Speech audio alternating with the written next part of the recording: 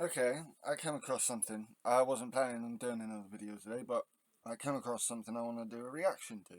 Again, you guys will only be able to hear it. Um, I, again, if anyone's got any software that they can recommend for, so you can see my reactions as well as seeing the thing, because the ones I've gotten are just not great.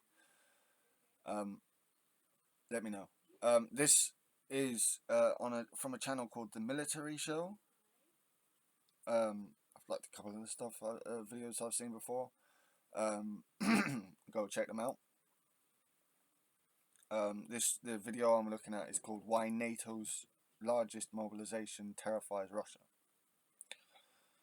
I thought I'd take a look at this, see what's up, and it's about NATO's massive military exercise, Steadfast Defender 2024.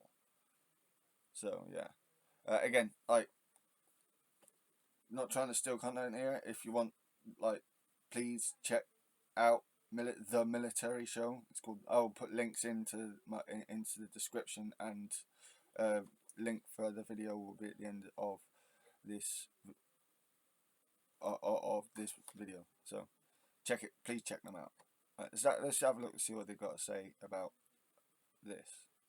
In January 2024, NATO kicked off Steadfast Defender 2024, an exercise so massive it's been dubbed the biggest military shuffle since the legendary Cold War reforger maneuvers of 1988. This isn't just any routine drill, it's a historical behemoth marking NATO's grandest display in the post-Cold War era. With new members on board and tensions in Europe simmering, this exercise has all the ingredients of a high-stakes military drama. For the first time, Sweden flexed its muscles alongside NATO powers as a fully fledged member, expanding the scope and intensity of the alliance's maneuvers. But as you might guess, not everyone's throwing a party over this. Putin has been eyeing these developments with more than a little unease. In today's video, we're diving deep into... I haven't heard a whole lot about this. I heard, I think in January I heard this was happening, but I haven't heard a lot about this, so be interesting to hear some details. Steadfast Defender 2024 will break down the nuts and bolts of the exercises, explore Russia's chilly reception, and unpack the strategic moves that have led NATO to ramp up its game. Buckle up, it's going to be an intriguing ride through modern military history. Okay. Let's get started with a quick overview. Steadfast Defender began on January 22nd and will end on May 31st. It involves all 32 NATO countries. Interesting, so we're taking part as well. I wonder how our equipment is faring. Right, so, okay. So it right up into so it's a proper full 5-6 month thing. Okay. Countries, including Sweden, which formally joined the alliance as the operation was underway. 90,000 troops will take part in this drill, which will span the entirety of NATO's territory from North America to the Russian border. General Christopher Cavoli, NATO's Supreme Allied Commander Europe, stated that Steadfast Defender would be a demonstration of the alliance's ability to reinforce the entire Euro-Atlantic area, including through transit... 90,000 troops. That must be due to the fact of NATO having better equipment than Russia. So I don't know. Atlantic movements of forces to counter the threat of a near-peer adversary. In other words, this exercise would simulate a combined response to a Russian attack on a NATO country, almost certainly in Eastern Europe. Poland, the Baltic, Germany, Norway, and Romania are therefore major areas for the exercise's operations, as all of these places are considered vulnerable to a Russian attack. In outlining the overall goal of the operation, Cavoli stated, "Exercise Steadfast Defender 2024 will be a clear demonstration of our unity, our strength, and our determination to protect each other, to protect our values and the rules-based international order." Interesting. So I wonder, because I know Poland had bought a whole load of weapons from South Korea, and I'm pretty sure other EU countries have as well. So I wonder if that's like this will be the first time that some of that equipment gets put through its paces. Interesting. American units participating in the Steadfast Defender exercise include the US Second Fleet, Green Berets, and Marines. According to the US Department of Defense, over 50 total naval assets are taking part in Steadfast Defender, along with more than 1,100 combat vehicles. These vehicles include over 150 tanks, 500 infantry fighting vehicles, and 400 armored... Only 150 tanks. I suppose that's just the US alone. If that's just the US alone, 150 tanks, fair enough, but... personnel carriers. Aircraft included are F-35s, F-A-18s, F-15s, and Harrier jets and helicopters. Interesting. Harrier jets. Harrier jump jets. I didn't know we had much of them left.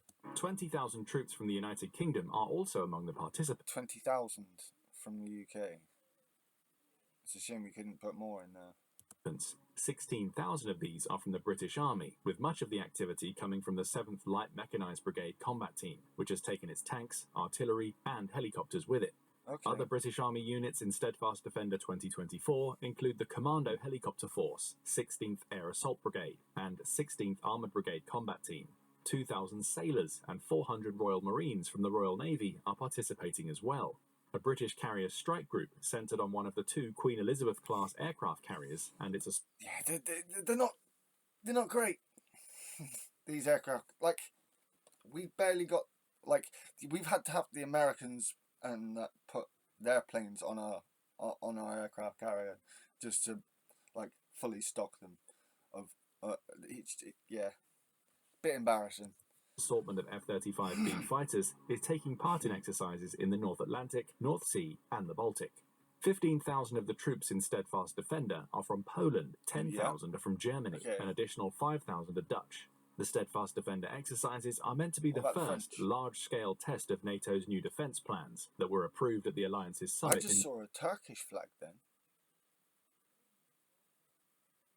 Again, if you look at it, like I put the link to this video in the description. If you look at, was it 3 minutes 32, 3 minutes 31 in the video, you'll see that there are a bunch of tanks, and I swear it was the Turkish flag I saw then. Interesting. Vilnius this year. According to NATO, Steadfast Defender 2024 is based on a fictitious Article 5 scenario, triggered by a fictitious attack against the Alliance launched by a near-peer adversary. The Alliance's official website has detailed a timeline that offers an overview of all the sub-exercises in Steadfast Defender and their purposes. According to NATO, the first part of Steadfast Defender is focused on securing the Atlantic up to the Arctic. Live maritime exercises and amphibious assault drills are a big focus for this phase. The second part of Steadfast Defender is focused on moving troops through Europe. Troops and equipment will be deployed rapidly across national borders as part of this phase. I wonder what the analysis is going to be like. I wonder what the analysis is going to look like after this. I'm very interested to see what the results of this exercise are going to be come, I'd say, what, maybe July, August, we'll start hearing about, like, the sort of analysis, the results of the analysis to come out from this. I wouldn't expect it within June, or even the first part of July, but end of July, August, maybe September, we'll start getting the results, maybe. That'd be interesting to see. The exercise began on January 22nd in Norfolk, Virginia. That city hosts NATO's Joint Command Force Norfolk, which is coordinating the first phase. American forces would be departing from there on that date, while Canadian forces would set off from Nova Scotia soon afterward. Between February 11th and 20th, NATO conducted maritime live exercises to test its ability to secure lines of reinforcement and communication across the Atlantic. According to the Alliance, these drills, called MARCOM LIVEX, were conducted primarily off the Spanish coast. The next set of exercises, called Brilliant Jump, took place between February 12th and 28th. These tested the NATO response force's ability to plan and execute rapid deployments, including... Okay, so, like, one of the big things about the Second World War, from what I remember, that was a proper steep learning curve for the Allies, was rapid deployment, coming from from offshore to onshore.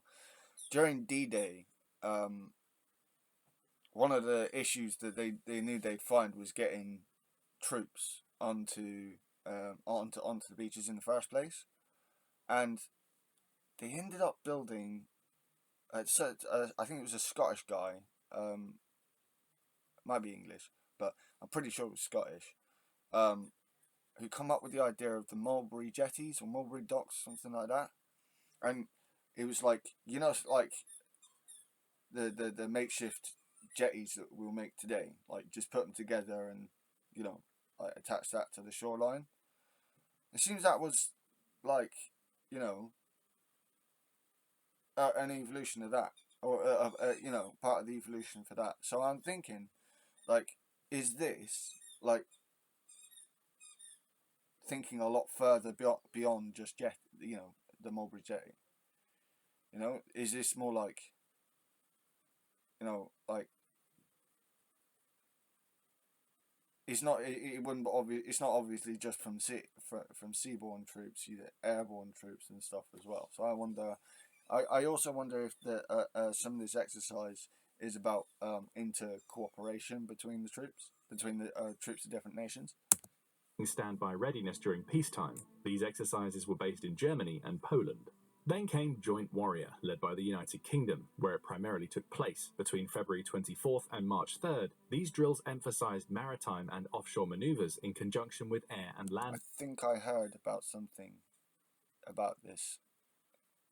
I don't know if this was part of this exercise, but we had a failure in Trident test. I don't know if the Trident test was anything to do with this exercise, but I'm pretty sure I heard something about that. And operations. Exercise Dragon 24 came between February 25th and March 14th. This one was led by Poland as part of a unilateral effort to train all branches of its armed forces to respond to crises. About 20,000 total troops from 10 NATO countries participated in Dragon 24. Okay. All of the 15,000 Polish troops in Steadfast Defender took part in the exercise. Sabre Strike 24 just started in April 2024 and is being led by US Army Europe and Africa. This set of exercises is also part of Part 2 and takes place... And Africa? Who does that include then? Ooh. From April 8th to 30th in Germany, Poland and Lithuania, and it's putting emphasis on rapid deployment and cold weather training in the Baltic area. From February 29th to March 14th, NATO troops participated in Trojan Footprint 24, a drill that focused on improving the integration and interoperability of member states' respective special operations forces. Bulgaria, Georgia, Germany, Greece, North Macedonia and Romania were the main host countries for this drill. About 2,000 special operations troops from Albania, Bulgaria, France, Georgia, Greece, Italy, Montenegro, North Macedonia, Portugal, Romania, Spain, the United Kingdom, and the United States participated in the exercise. Proper multilateral thing there between NATO countries. The United States contributed about 900 of those troops. Again, if anyone who watches this is more He's a lot, I'm not like I wouldn't in any way say I have any expertise in the knowledge of military matters, but I learned a fair amount, and I'm still learning. So if there's anyone who knows more about this, about this exercise than what's said in this video, please let me know down in the comments. Like, I don't want to remain ignorant of knowledge. Like, it's part of my creed to gain more knowledge, and I'm not going to pretend that I know everything. So it'd be nice if people do know more about this exercise. Please let me know what you think and any observations you have. Berets were known to participate in airborne operations alongside Greek paratroopers as part of the exercise. The Trojan Footprint exercise has occurred annually since 2002.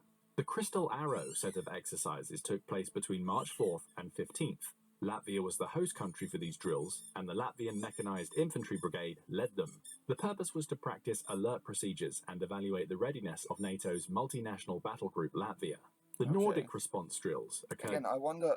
See, these are the ones I'm going to want to know the analysis a lot. Like, I really want to know what the analysis of the response exercises are going to be, especially with the Latvian one, which is like bordering Russia, and the Nordic response as well.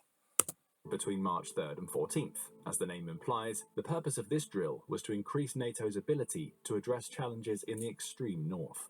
Finland and Sweden's entry into the alliance expanded these exercises. This drill involved over 20,000 troops, 50 ships, and 110 aircraft from 14 NATO countries. The next on NATO's list is Defender 24, scheduled for the span of April 8th to May 31st, and organised by the United States European Command. This exercise involves deployment of forces over distances stretching from North America to US EUCOM's area of responsibility, with Northern Europe as the primary focus point. Defender 24 tests NATO's ability to receive, stage, and deploy these forces in Europe. Defender 24 is the foundation for other exercises like Sabre Strike 24, Immediate Response 24, and Swift Response 24. Immediate response will occur between April 21st and May 31st. The United States will lead this exercise that's designed to boost the interoperability of NATO countries. The Hungarians will lead the brave... See, this is an issue. Like, if Trump comes in, like, this may not become a thing anymore.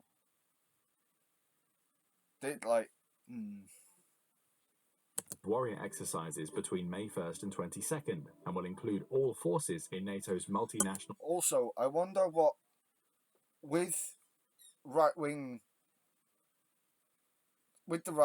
taking government positions all across EU countries and NATO countries across Europe, I do wonder about how that might affect the politics of that, how much that might affect this kind of exercise going forwards. Let me know what you guys think. Its purpose is to increase the training for this battle group to lead international operations and plan and conduct defensive operations.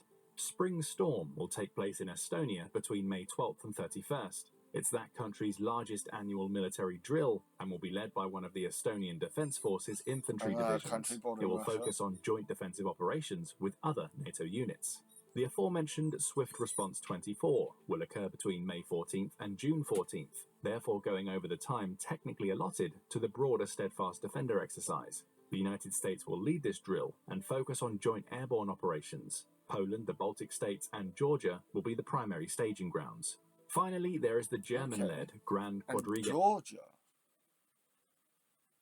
So Georgia taking part in this as well, are they? Interesting. Exercise set to take place between April 30th and July 30th, running well over the allotted time for Steadfast Defender. That's no wonder Putin's pissed. Germany and Lithuania will be the primary staging grounds. The Grand Quadriga drills will focus on deterrence and NATO's defense posture. Taken together, we see that the Steadfast Defender 2024 exercise will simulate multiple types of combat across the entirety of NATO's territory, implying that it will test the alliance's ability to fight a war across a broad front, resembling the World Wars.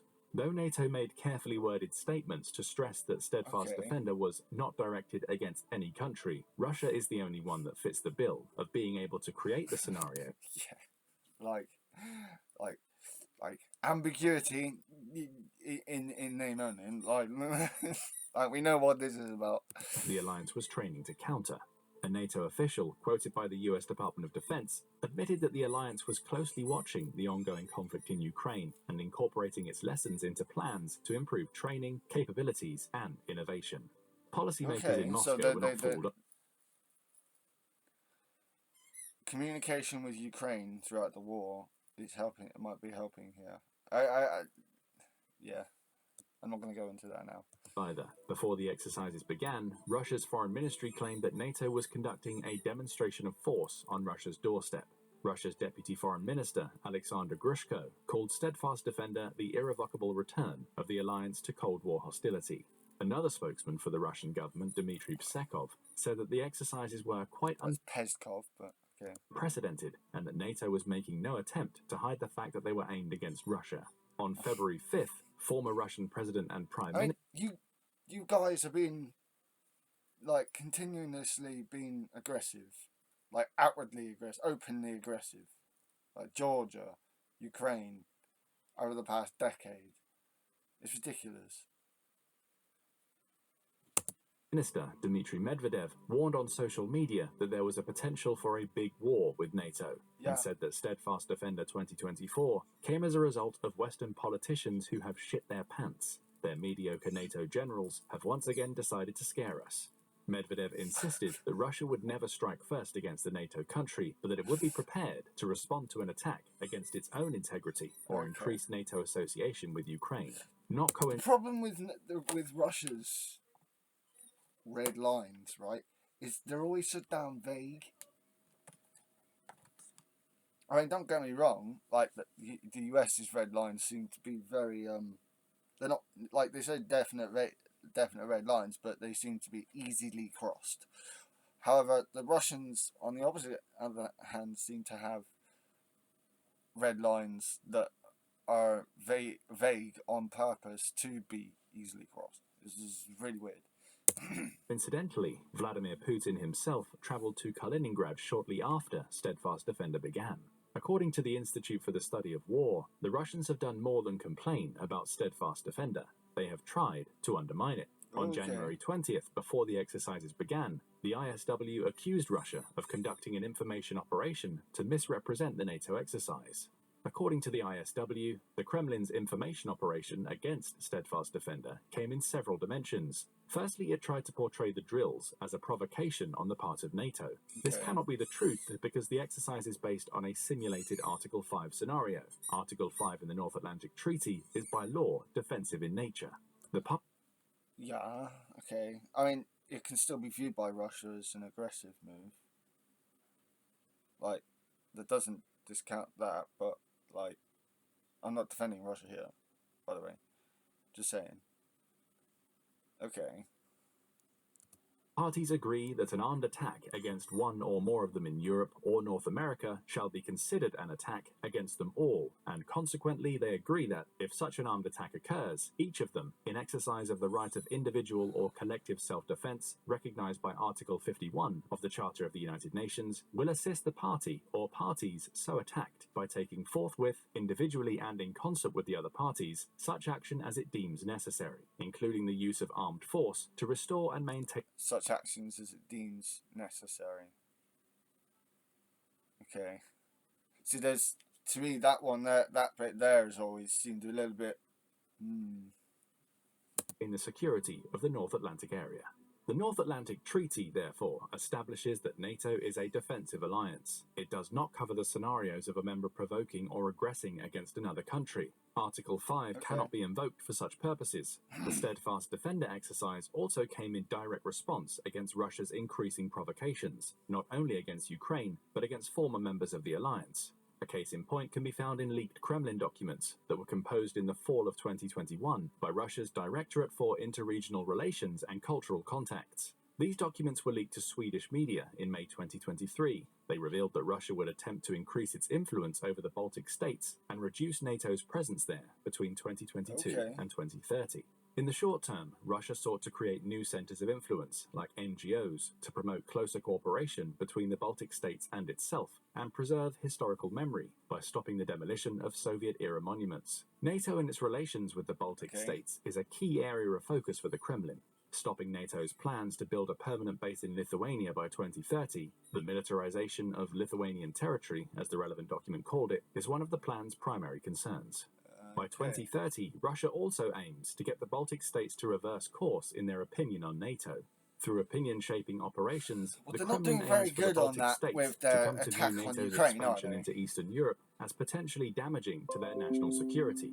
As such, Russia wants to stop their increasing cooperation with NATO's forward presence in Eastern Europe and gradually restore ties with these former Soviet states, including military ties. Russia plans to foster pro-Moscow politicians in the Baltic states and take advantage of the presence of the site. If anyone is in one of those states, Estonia, Lithuania, Latvia, if anyone from that area of the world is watching this, or if anyone knows about politics in that area of the world, can you guys let me know how successful Russia have been in their goal on this one?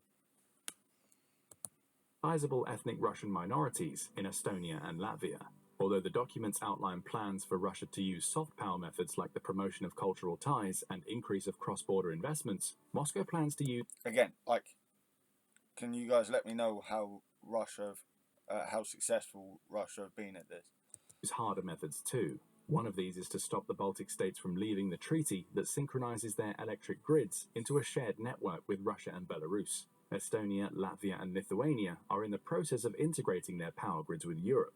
The Baltic states plan to complete this process after a test at the end of 2025, and from that point forward, abandon the shared grid with Russia and Belarus. The Russian documents identified this plan as a threat. These documents are similar to the ones Russia... Interesting. Oh.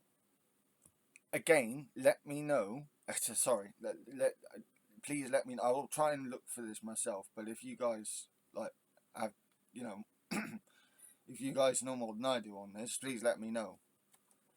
Like, this is stuff that I don't usually hear. Drafted concerning Belarus, which some believe is an annexation plan. It is likely that the officials who wrote these documents did not know that Putin had plans to invade Ukraine, as there were no such hints, and many of their theories seem much more outlandish now than even in 2021. Nevertheless, the documents outlined Russia's general attitude of disrespect for the sovereignty and territorial integrity of states that had once been within the Soviet Union or the Russian Empire. Tellingly, Russia explicitly mentioned the Baltic states when responding to the NATO drills. According to the Kremlin, the alliance was using the Steadfast Defender exercise to wind up and provoke the Baltic states into a war with Russia.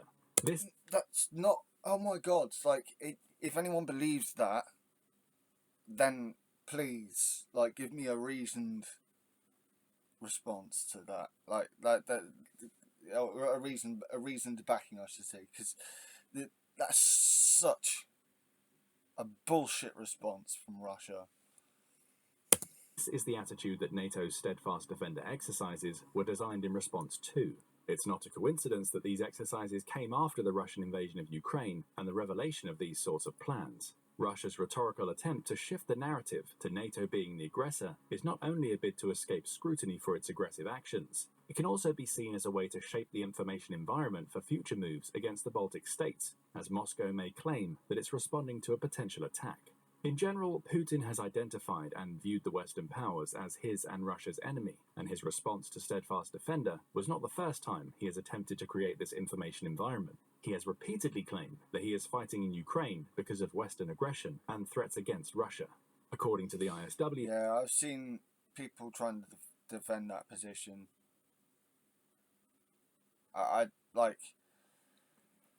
There might be some provocation by Western nations towards Russia, but who's actually been brutalizing people here in Europe, in Ukraine, in Georgia, within its own nations? It's been Russia. Like, Russia's defense of itself is absolutely ridiculous. Recent Russian electronic warfare exercises they have been the ones being openly aggressive here. Kaliningrad may have also been more of a grey zone operation than a strict exercise. These exercises took place between December 25th and 27th, 2023, and again between January 10th and 16th, 2024. The Russian exercises reportedly caused unprecedentedly high GPS jamming in northern and central Poland, as well as in the southern Baltic area. It's in this context that NATO decided to conduct the largest exercise since the Cold War. While Steadfast Defender has gone smoothly so far, the exercise comes at a time of peril for the alliance. Russia is gaining momentum in Ukraine, albeit at a high price. The Russian military has suffered enormously, but has adapted to developments on the battlefield, including with the use of drones. NATO countries have also shown vulnerability. On the day before Steadfast Defender began, the alliance reported that it would miss its overall target for spending 2% of GDP on defense, as most of the members would not hit that mark. While NATO members have increased their defense spending since 2014 and pledged to greatly increase military expenditures following the invasion of Ukraine, only 11 of the 32 members of the alliance spent at least 2% in 2023. More are expected to reach the goal this year, including Montenegro, North Macedonia, Denmark, and the newest NATO member, Sweden. However, Western European countries continue to fall short of the target, testing America's patience in the process.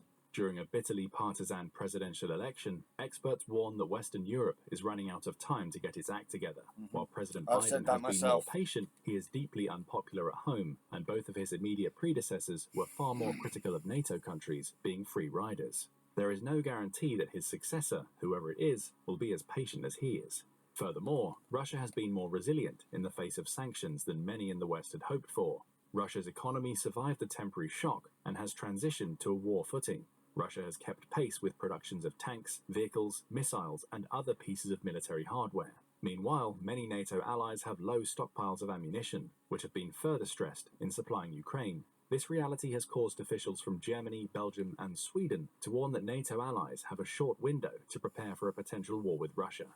Yeah. Admiral Rob Bauer of the Netherlands. I've noted that the EU stepping up their preparations on that front up. I've been saying that the UK ought to as well. Like our military procurement and a lot of the whole machinery of our that makes up of the systems that make up our military. They're not great right now. They need improving. They need reinforcement, and they need building up, because it's not a time for peace. Like, war is coming. I don't want it, but I can see it coming. The chairman of NATO's military committee warned that the West I think there's an old saying: if you want peace, prepare for war. Grown too accustomed to peace and needs to be more prepared for conflict, which will involve the whole of society, whether we like it or not. This reveals the purpose of Steadfast Defender 2024. NATO allies are working together in a series of the analysis for this is going to be really key. Maneuvers of unprecedented size to prepare for a potential war, and Russia's conduct toward NATO's members and the alliance as a whole has only reinforced the need for preparedness. The results of Steadfast Defender will undoubtedly be discussed and analysed at the 2024 NATO summit to be held in Washington between July 9th and 11th. These results will likely be the foundation for future... That's earlier than I thought. But then how long till the details of that leak out? So yeah, okay. So we're looking like mid to late summer for the analysis for this. Okay, I'm all up for that. Exercises and a general transition of the alliance toward a state of further readiness for conflict.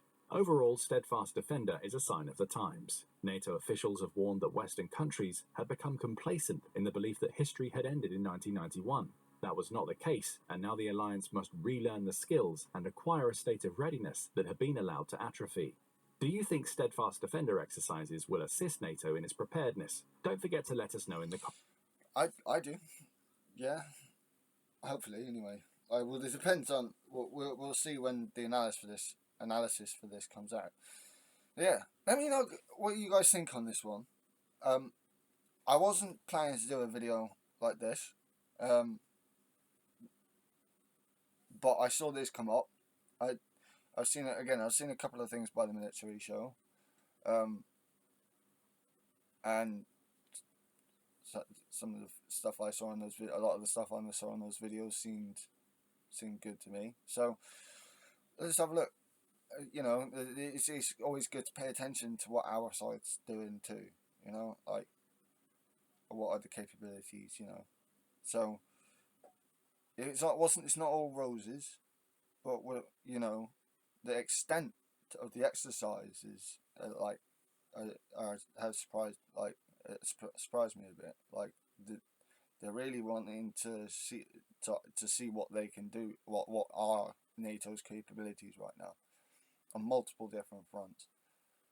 So yeah, let me know if you guys want to see a video of me reacting to the analysis of this when it comes out. Let me know in the comments.